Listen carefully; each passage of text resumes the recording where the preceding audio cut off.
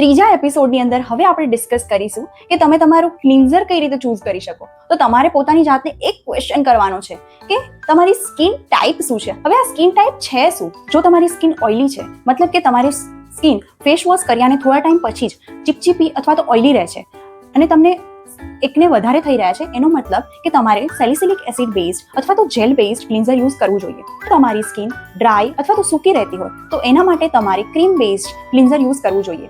Third type છે sensitive skin. Sensitive skin મતલબ કે તમે જો કંઈ ક્રીમ અથવા તો કાંઈ પણ લગાવો છો એના પછી તમારો ચહેરો લાલ થઈ જાય છે, રેશ બની જાય છે, એનો મતલબ કે તમારી સ્કિન સેન્સિટિવ છે. તો તમારે એના માટે હાઇપો એલર્જીક અથવા તો ફ્રેગ્રન્સ ફ્રી ક્લિન્ઝરનો યુઝ કરવો જોઈએ. ફોર્થ ટાઈપ છે કોમ્બિનેશન ઓફ સ્કિન. તમારો જે ટી ઝોન એરિયા મતલબ કે central part of your face જો ઓઇલી રહે છે અને બાકીનો ભાગ સૂકો, તો તમારે જેન્ટલ ફોમિંગ ક્લિન્ઝર યુઝ કરવું જોઈએ. ક્લિન્ઝરનો યુઝ ક્યારે કરીશું? તો મોર્નિંગ અને નાઇટ બે જ વાર ફેસ વોશ કરવાનું છે, ઓવરવોશ નથી કરવાનું. રિક્વાયર અમાઉન્ટ લઈને 60 સેકન્ડ માટે તમારા ચહેરા પર એને હળવા હાથે મસાજ કરવાનો છે, એને સ્ક્રબ નથી કરવાનું. ઓવરવોશથી સ્કિન વધારે ડ્રાય થઈ જતી હોય છે.